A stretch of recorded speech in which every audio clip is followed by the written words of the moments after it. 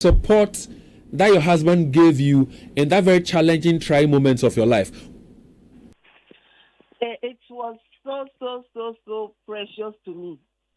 Yes, if I hadn't had him or during that time, I don't think I would be alive by now. Yes, he was so supportive and lovely to me at that time, and I appreciate it very much. What did you go through at the time? I mean, sometimes I understand that at some stages or points in the disease, you could have pain and all that. Were there times where you had pain, or even after the surgery when you were going for the chemotherapy and all? How was it? What did he really do to show you love, to show you support and affection? What did he really do? David, my only challenge was the chemotherapy. To go through chemotherapy was a hell. It was something that was very uncomfortable. I remember when I had the first chemo, I had it on Wednesday.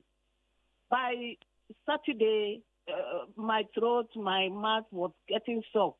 So I called Dr. Yafe and he said I should get some light soup. And even the light soup, I couldn't swallow it. So very early in the morning, I was the first person to be at the hospital. And when I lost my hair, it was another challenge. My husband has gone to work. I was at home with my children. I had what we call cornrow on my hair. I felt the thing was very puffy on my hair, so I held it, pulled it, and the hair was going like I was opening my zip. It all went off. I told my elder daughter to use the scissors to cut the smaller pieces. He said, "Ma, so I used a scarf for my hair. I was tying my hair to sleep for a week. So my husband asked me, why do you put a scarf on your hair? Then I told him, I'm Sakura now, but I feel shy for you to see my head. So my husband pulled the scarf and told me, but so and I said, praise the Lord.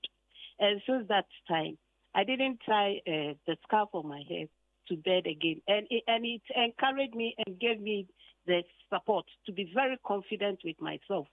So at home, I don't use the scarf, but when there's a visitor coming, I use the scarf on my head. And I always tell my story to the visitor. This is the situation.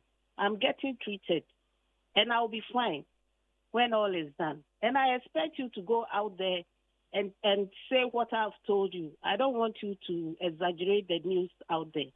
And by so doing, I think it helped me a lot. So what you're saying is that the support, the encouragement from your husband assisted and you to go through, the breast cancer diagnosis at the time. Yes. How have you for the support and love and affection? What did you do to thank him? In so many ways.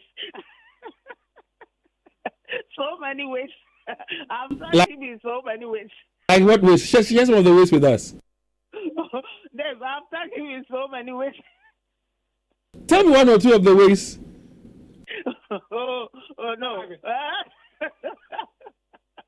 It's between the two of us. I don't want to think that what I'm thinking is what you're saying, No. Don't think of it.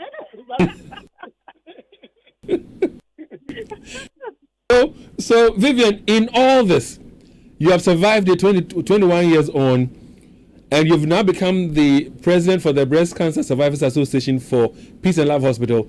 What have you been doing to help women understand that even if this comes, there is hope? What have you been doing?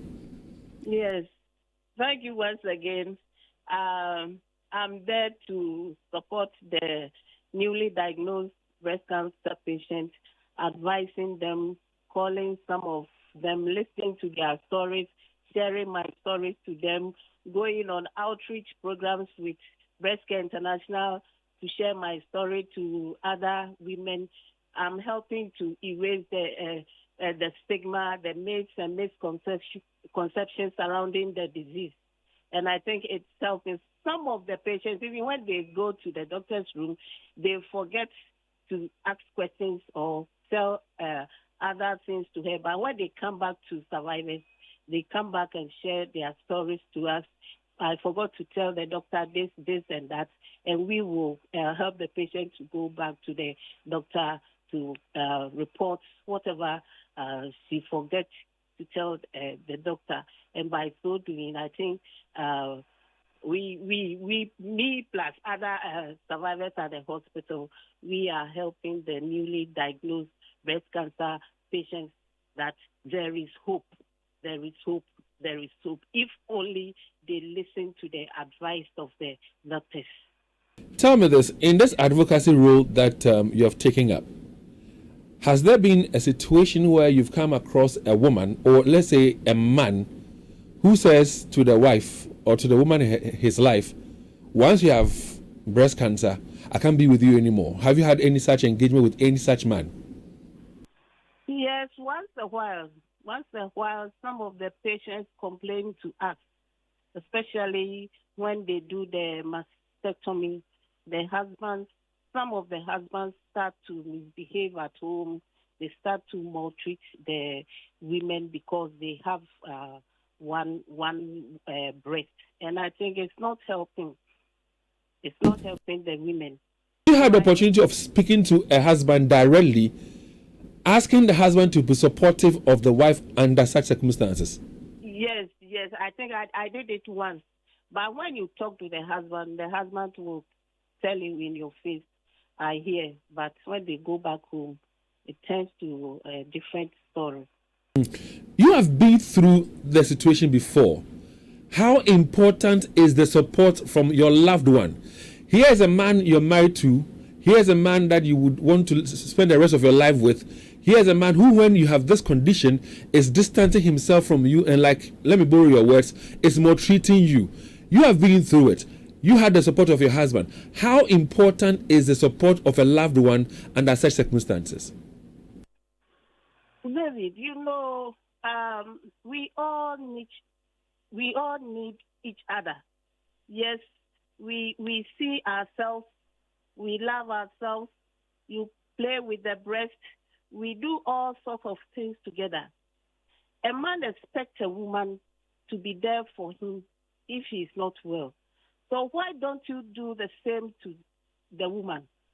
Sometimes you see the woman going to the hospital alone and walking from the street side to the hospital. You can see the woman is struggling to get there, but she always comes alone. No one follows him. She will come alone. So when the situation gets very worse, then you see family members following her to the hospital. You will see the husband following her. Why don't you give her all the necessary support at the early stage? Encourage her, love her. If even there is no money in your pocket, just give her the necessary encouragement, support, and love. And by so doing, I think you will help to boost the confidence of the woman and give her the hope that it shall be well. Even though if it's not going to be well, just be there for her. Go to the doctor. She will explain everything to you so that you know the situation and psych your mind. And by so doing, I think it will help a lot. There are some women that I have engaged with, Vivian, and they say to me that, oh, I don't want to lose my breast. In fact, I have lost 2 friends to breast cancer. And one out of the 2, she said she would not allow her breast to be cut off. She would not allow her breast to be cut off. And then she passed on. From what you know, and you being a woman, if one breast is cut off, and indeed I've also spoken to women who have had both breasts cut off,